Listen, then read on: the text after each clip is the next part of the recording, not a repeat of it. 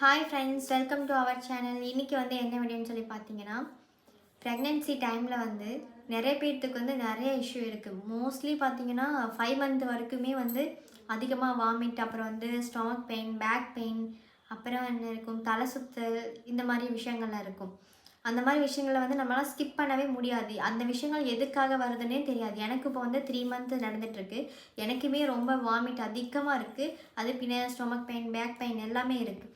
நம்ம டெய்லியும் ஒரு 5 ஆர் 6 டைம்ஸ் வந்து வாமிட் எடுத்துகிட்டே இருக்கும்போது நமக்கு வந்து எந்த ஃபுட்டுமே சேர்ந்துக்காம வாமிட் எடுத்துகிட்டே இருக்கும்போது சில டைம் வந்து அந்த வாமிட்டே வந்து பிளட்டாகவே சில பேர்த்துக்கு வரும். அது உங்களுக்கு அப்படி இந்த மாதிரி ஃபீல் இருக்கான்னு தெரியல, பட் எனக்கு அப்படி இருக்குது.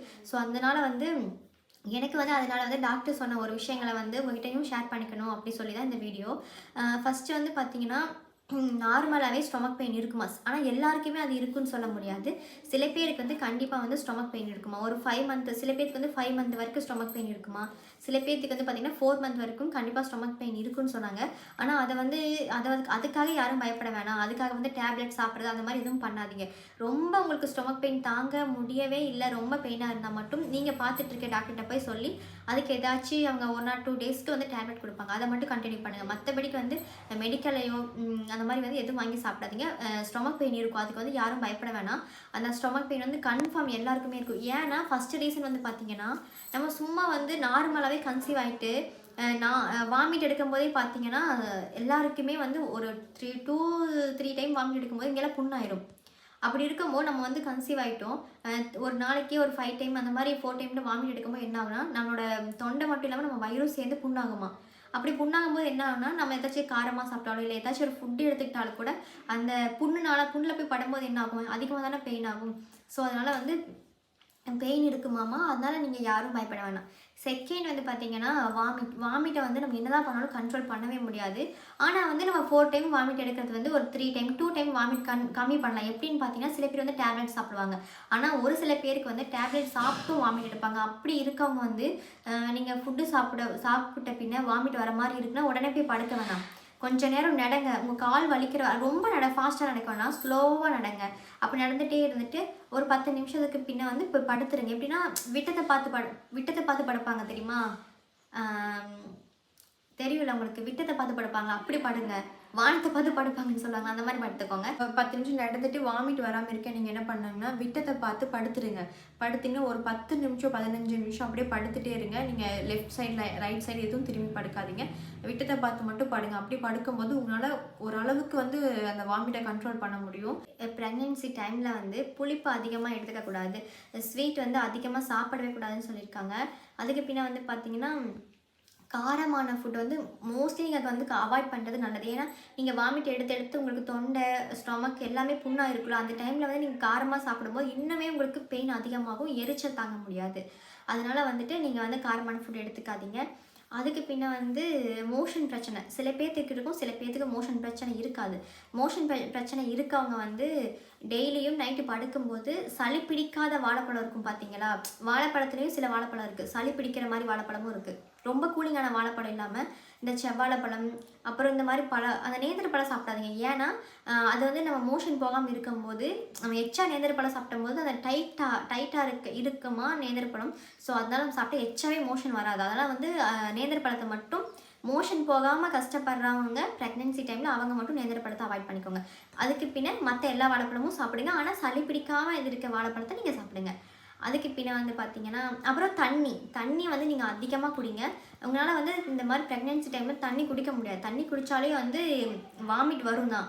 பட் வந்து ஓரளவுக்கு தண்ணி சாப்பிட்ட உடனே தண்ணி குடிக்காதீங்க. சாப்பிட்ட உடனே தண்ணி குடிச்சிங்கன்னா வாமிட் கன்ஃபார்ம் வரும். சாப்பிட்டு ஒரு 10 நிமிஷம் ஒரு 2 செகண்ட் 3 செகண்ட் கழிச்சு அதுக்கு எப்படின்னா தண்ணி குடிங்க. தண்ணி குடிச்சிட்டு உடனே உட்காராதீங்க. உட்காராது படுக்கிறது பண்ணாதீங்க. நடந்துகிட்டே இருங்க. கொஞ்சம் மெதுவாக, ரொம்ப ஃபாஸ்ட்டாக நடக்கணும் இல்லை, நடக்கக்கூடாது, ஃபாஸ்ட்டாகவும் ஸ்லோவாக நடங்க. இந்த மாதிரி டைமில் வந்து உங்களுக்கு என்ன ஃபுட்டு ரொம்ப பிடிச்சிருக்கோ அந்த ஃபுட்டை வந்து நீங்கள் தாராளமாக சாப்பிட்லாம். ஆனால் வந்து இந்த ஸ்வீட்டு, காரம், புளிப்பு இந்த மாதிரி மட்டும் அவாய்ட் பண்ணிவிட்டு பின்ன உங்களுக்கு ரொம்ப பிடிச்ச ஃபுட் வந்து நீங்கள் எடுத்துக்கலாம். அதுக்கு பின்ன வந்து பார்த்திங்கன்னா, ஆப்பிள் நிறைய சாப்பிடுங்க. ஆப்பிள் வந்து எவ்வளோ சாப்பிட்றீங்களோ அது வந்து குழந்தைக்கு ரொம்பவும் நல்லதாம்மா ஆப்பிள். அப்புறம் வந்து அல்சர் இருக்காங்க, ப்ரெக்னென்சி டைமில் அல்சர் இருக்கும் பார்த்தீங்கன்னா, அல்சர் இருக்கும், அது கூட ப்ரெக்னென்சி ஆகிருப்பாங்க. அந்த மாதிரி இருக்கவங்க வந்து மோஸ்ட்லி இந்த சிட்ரிக்ஸ் இருக்க ஃப்ரூட் இருக்கும் பார்த்தீங்களா, அது தயவு செஞ்சு சாப்பிடாதீங்க. ஏன்னா அது சாப்பிட்டீங்கன்னா எச்சம் உங்களுக்கு புண்ணாகும். புண்ணாகும்போது எச்சம் உங்களுக்கு பெயின் ஆகும். என்னென்னா பார்த்தீங்கன்னா லெமன், ஆரஞ்சு இந்த மாதிரிலாம் இருக்குது பார்த்தீங்கன்னா, புளிப்பு தன்மை அதிகமாக இருக்குது. அது மட்டும் நீங்கள் அவாய்ட் பண்ணிக்கோங்க. ப்ரெக்னென்சி ஆனதுக்கு பின்னே வந்து பார்த்திங்கன்னா, என் ஹஸ்பண்ட் வந்து மணநெல்லிக்காய் இருக்குது பார்த்தீங்களா, அது பெரிய நெல்லிக்காய் இருக்குல்ல, அது வந்து பார்த்திங்கன்னா உப்பு தண்ணியில் வந்து ஊற வச்சு அது எனக்கு போட்டு ஊற வச்சு கொடுத்தாங்க. அப்படி சாப்பிடும்போது என்னால் வந்து ஓரளவுக்கு வாமிட்டை வந்து கண்ட்ரோல் பண்ண முடிஞ்சிச்சு. அதனால் வந்து நீங்களும் வந்து உங்களுக்கு யாராச்சும் நெல்லிக்காய் பிடிச்ச மாதிரி இருந்துச்சுன்னா, நெல்லிக்காய் குட்டி நெல்லிக்காய் சாப்பிடக்கூடாது, பெரிய நெல்லிக்காய். உங்களுக்கு யாராச்சும் அந்த மாதிரி வாமிட்டிங் அதிகமாக இருக்குது அப்படின்னு உங்களுக்கு நெல்லிக்காய் பிடிச்சிருந்தால் நீங்கள் வந்து என்ன மாதிரி வந்து உப்புல ஊற வச்ச நெல்லிக்காய் வந்து சாப்பிட்டு பாருங்கள். இன்னொரு சிஸ்டர் அவங்க பேர் வந்து பார்த்தீங்கன்னா, அவங்க பேர் என்னமாம்மா?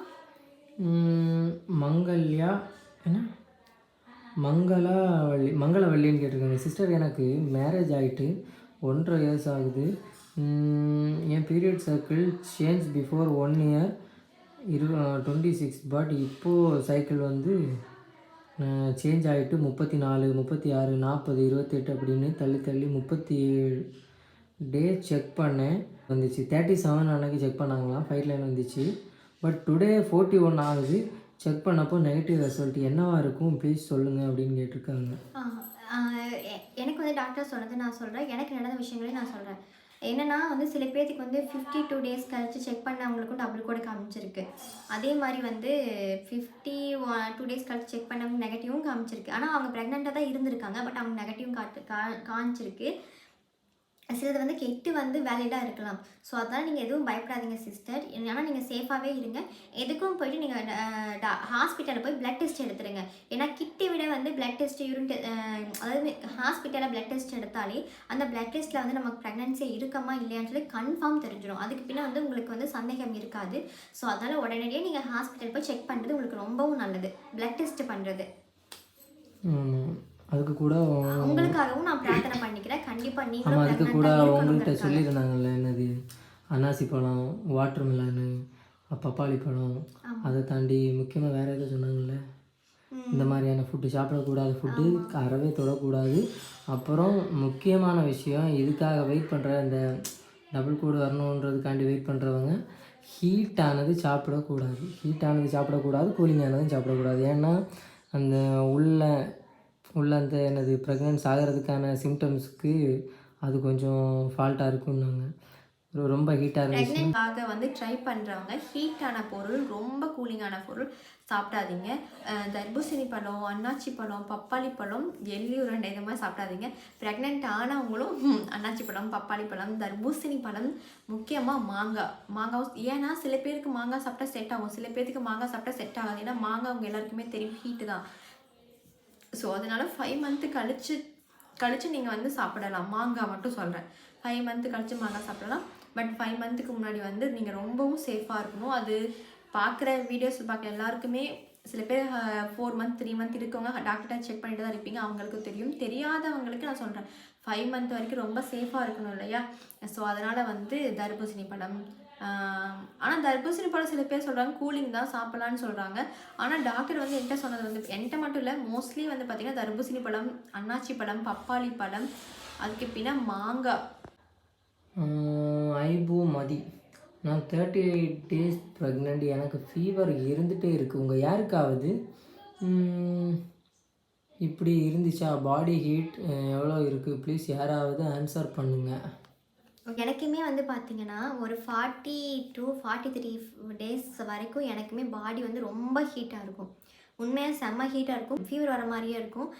நம்மளால் வந்து எந்த வேலையும் செய்ய முடியாது, ரொம்ப டயர்டாக இருக்கும். அது உங்களுக்கு மட்டும் இல்லை, எல்லாருக்குமே. சில பேர்த்துக்கு வந்து கன்ஃபார்ம் இருக்கும். ஏன்னா நம்ம வந்து கன்சீவ் ஆன உடனே நமக்கு அந்த மாதிரி நம்ம உடம்பும் சரி ஆட்டோமேட்டிக்காக ஹீட் ஆகும். ஸோ அதுக்கு நீங்கள் என்ன பண்ணலான்னா, தண்ணி அதிகமாக குடிக்கணும். நீங்கள் அதனால் முடிஞ்ச அளவுக்கு தண்ணி குடிக்க பாருங்கள். தண்ணி குடிக்கும்போது உங்களோட பாடி ஹீட் வந்து கொஞ்சம் கம்மியாகும். அதுக்கு பின்னாடி நீங்கள் வந்து ஒரு 2 மந்த்து ஸ்டார்ட் ஆகிட்டாலும் உங்களுக்கு இந்த பிரச்சனையெல்லாம் இருக்காது, ஹீட்டான பிரச்சனை இருக்குது. ஆனாலும் கொஞ்சம் லைட்டாக இருக்கும். நம்ம வந்து ஃபுல்லாக தண்ணி குடிக்க அந்த பிரச்சனை நார்மலாக இருக்குது. இது நார்மல் தான், நீங்கள் பயப்படாதீங்க. அப்படியே உங்களுக்கு டவுட்டாக இருக்குது, கொஞ்சம் பயமாக இருக்குன்னா நீங்கள் டாக்டர்கிட்ட போய் செக் பண்ணிக்கோங்க உங்களை. அப்போது உங்களுக்கு அந்த பயம் இருக்காது. ஓகே ஃப்ரெண்ட்ஸ், எனக்கு வந்து டாக்டர் சொன்ன விஷயங்களை வந்து நானும் உங்ககிட்ட ஷேர் பண்ணிக்கணும்னு ஆசைப்பட்டேன். ஏன்னா என்ன மாதிரி தெரியாதவங்க நீங்களும் இருப்பீங்க இல்லையா, அதனால தான் உங்களுக்கு இந்த வீடியோ வந்து ரொம்ப யூஸ்ஃபுல்லாக இருக்கும்னு நினைக்கிறேன். உங்களுக்கு இந்த வீடியோ யூஸ்ஃபுல்லாக இருந்துச்சுன்னா நம்ம சேனலை மறக்காமல் சப்ஸ்கிரைப் பண்ணிக்கோங்க. பக்கத்தில் பெல் பட்டனை மறக்காமல் கிளிக் பண்ணிக்கோங்க. என் ஹஸ்பண்ட் என்னை பார்த்து சிரிச்சுட்டே இருக்காங்க, ஸோ அதான் எனக்கும் சிரிப்பு வந்துச்சு. ஓகே ஃப்ரெண்ட்ஸ், டேக் கேர், பாய், தேங்க்யூ, பாய். சில பேர் வந்து கொஷின்ஸ் கேட்டிருந்தாங்க. ப்ரெக்னென்சி டைமில் வந்து மார்பு பிரஸ்ட்டு வந்து பெயினாக இருக்குது, அது வந்து எதனால் பெயினாக இருக்குன்னு சொல்லி கேட்டிருந்தாங்க. ஸோ அவங்களுக்காக எதுக்குன்னு பார்த்திங்கன்னா, நமக்கு ப்ரெக்னென்ட் ஆன உடனே நம்மளோட உடம்புல வந்து பல மாற்றங்கள் வந்து ஏற்படும். ஸோ அதனால தான் அந்த பிரஸ்ட் பெயின் இருக்கும். அதுக்கு வந்து நீங்கள் பயப்பட வேணாம். அந்த பிரஸ்ட் பெயின் வந்து கொஞ்ச நாள் உங்களுக்கு இருக்கும், கன்ஃபார்ம் இருக்கும். அதுக்கு பின்னாடி அது ஆட்டோமேட்டிக்காக சரியாயிடும். ஸோ அதனால் வந்து ப்ரெக்னென்சி டைமில் பிரஸ்ட் பெயின் இருக்குங்கிறதுக்காக நீங்கள் ஃபீல் பண்ணாதீங்க, அது நார்மல் தான்.